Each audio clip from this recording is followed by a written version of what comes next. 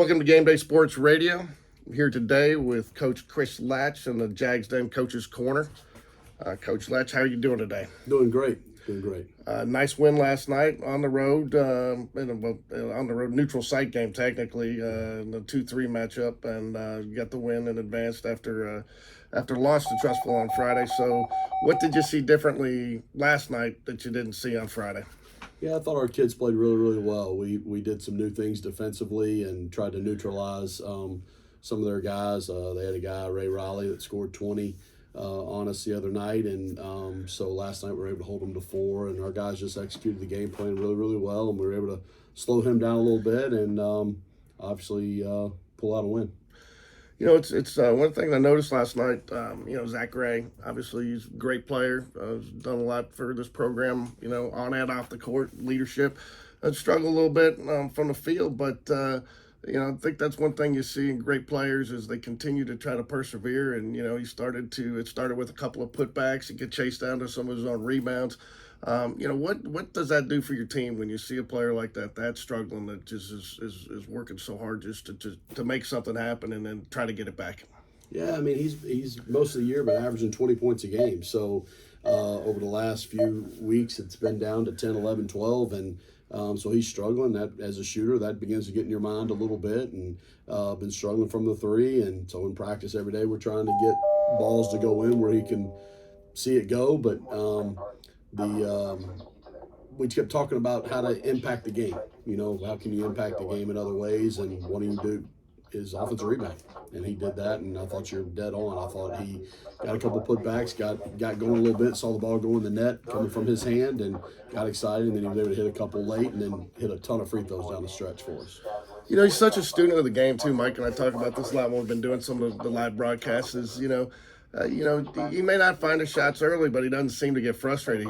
He's so good at finding a way to get other people involved in the game. Is that just something that's tough to teach? Is that something that just comes naturally? Has he just got that much of a feel for the game, or is that just something that's a product of your system? How has he developed that part of the game so well? Well, he's a team first guy, and that's what he is. And so we talk about that shots are not the individual shots, these are our shots. And so we talk a lot about in practice, like, do we like that shot that was just taken? Do we feel good about this guy shooting this shot at this time? Do we because it's not their shot, it's our shot. Mm-hmm. And I think he's bought into that, and he knows that when defenses are keying on him, that it'll open up other people, and he's got to be willing to find them.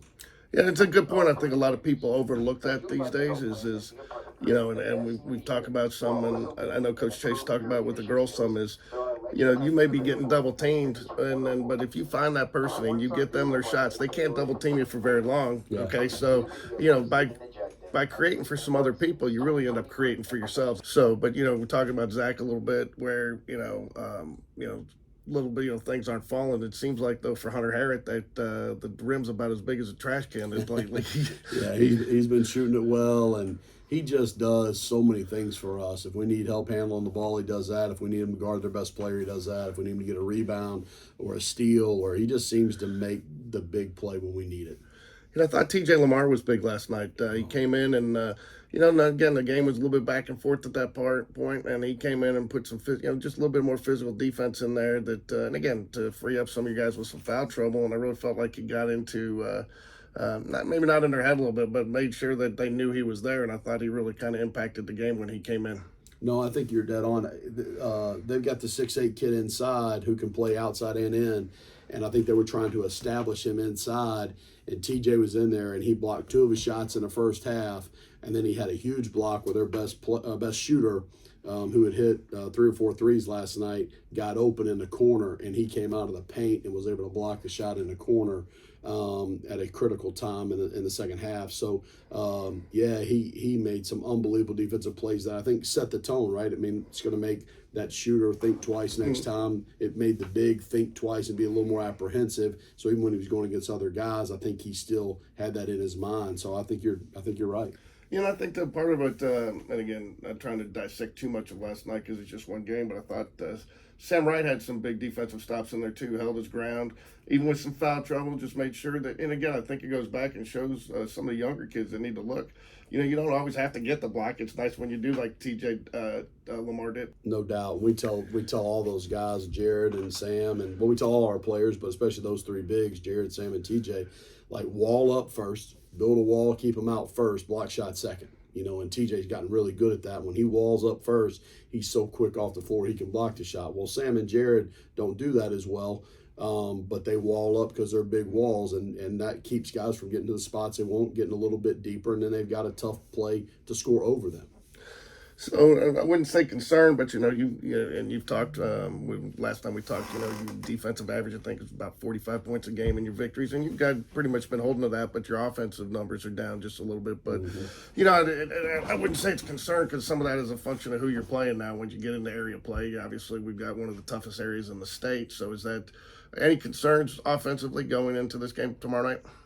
No, I don't think so. I mean, I think it's going to be Chelsea and Hewitt both really shrink the floor down, play a little more deliberate offensively, so there's less possessions in the game, and then they guard extremely well, so our possessions are a little bit longer trying to find the shot that we want. So it slows it down as far as number of possessions, so that affects your points, obviously.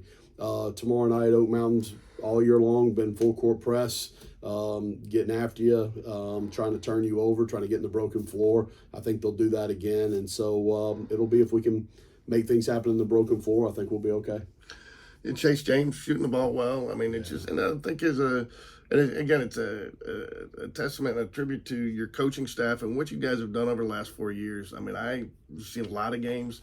I've never seen a bench this deep and so many different options. And I mean, you've got 3, 4, 5 guys that can bring up the ball consistently and competitively, and most guys are lucky if they have 2 or 3, Right. And so you've got a lot of options, and so your bench is deep, and it's been a real fun team to watch this year because of how they play together. And I mean, has it been as much fun to coach as it has been to watch them? Yeah, no, they're a special group, and I think that's your job as a high school coach. You don't get to recruit kids, and so you have to take what you have. And so I think it's our job as coaches to identify what are each kid's strengths and what they do well, and then how can we utilize them in a package together. And these guys have bought into those roles and the things that we've designed. And so, yeah, they're all team first guys. I mean, whenever this journey's over, hopefully it's 5 more games and it's a state championship. But whenever it's over, even if it's that, it's going to be sad just because they're such great kids, and we just enjoy being around them every day. Yeah, it is, and the way and again, I think we've talked about it probably too many times that people are getting tired of it, but there's no way to tell who's what, freshman, sophomore, junior. I mean, they all work together, and even the girls, the way they've supported the Lady Jags teams this year. And I think, again, that comes from the coaching staff you built. It's the same way. Talked to Coach Gaines last week. I mean, you don't even look at each other. You guys kind of all do your own thing, and it's like, you're not worried about it. And I think that's got to be nice for you to have that trust in a coaching staff, that you can trust them to do exactly what you need them to do, and it's almost like they're an extension of you out there. We talk about the word trust all the time in our program. I think it's coach to coach, but it's also coach to player, player to coach, and you have to trust who you're with. I think loyalty is a huge, huge thing, and we talk a lot about those 2 words, and walk them out. And we've got great coaches on our staff who are all very talented, very knowledgeable, very gifted in their areas. But there's no egos there either. Everybody's just trying to accomplish the same thing, and so that's a tremendous opportunity for our kids to learn from so many people with us all pulling in the same direction. And I think our kids trust each other, but they also trust our staff, and that's when you have a good recipe. Free throws big last night, and I've noticed, with the exception of maybe 1 or 2 games, 60, 70% plus on the free throws through most of the season, and that's been the difference in some of these games.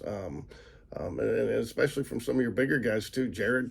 You typically see that going back to the days of Hack-a-Shack and all that. Yeah. But that's nice to have. And another thing that impressed me is points in the paint, second chance points. The way you guys have been kind of dominating that statistic pretty much all season, even with your out 3-point shooting. I mean, is that just part of your scheme, or is it just kind of just the players that you have that are kind of just able to do that? No, it's an emphasis. I mean, we shoot a ton of free throws every day. When we do a lot of competitive things with them to try to put pressure on them every day, so they're having to shoot pressure free throws, and so we do that all the time and daily. And then we also try to make a big emphasis on offensive rebounding. I think that's one of the things I've learned from Coach Chase, and just something that's helped me be a better coach, and just really, we've always talked about it, but we've put more of an emphasis on it over the last couple of years, and it's been a real strength for us. I think it's helped our winning percentages go up just simply by being committed to the offensive glass. So, just a little personal note for you too. I'm a superstitious guy.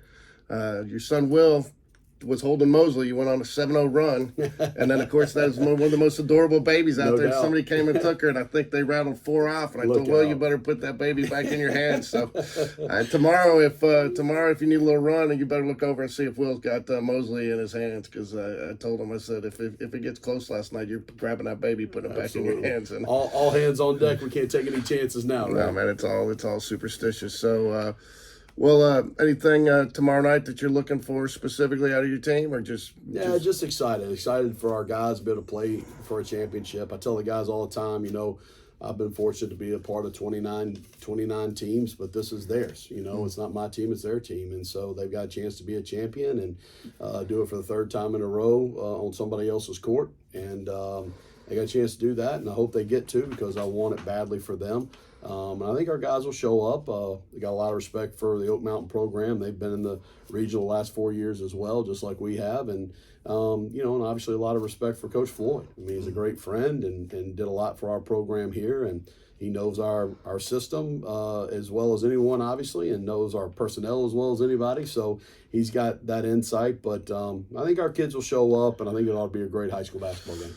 Last thing for you is, the top 2 teams to advance out of the area tournament, but being the 1 or the 2 coming out of that area play can be huge, and it can make all the difference in the world. So I know we're going to get a lot of students out there tomorrow, but can you say just a little bit? I mean, I feel like the students have really had some impact in some games this year. I think we've had some good student sections, and what it means to your team when they get a big student section on the road like that at Oak Mountain tomorrow night, and what it does for the players. Yeah, no, I'm so grateful for the support of our student body, and just how the energy that they bring. And last night I thought they were incredible, and hopefully we have another great turnout tomorrow night. We need you guys. Our guys feed off of you guys. It gives us that extra boost a lot of times in certain possessions, whether we're down and you guys bring us energy and get us going, or whether it's a little extra energy when things are going well, and it just takes us to another level. And so that crowd support and knowing that you've got people behind you pulling for you is critical. So we're so grateful for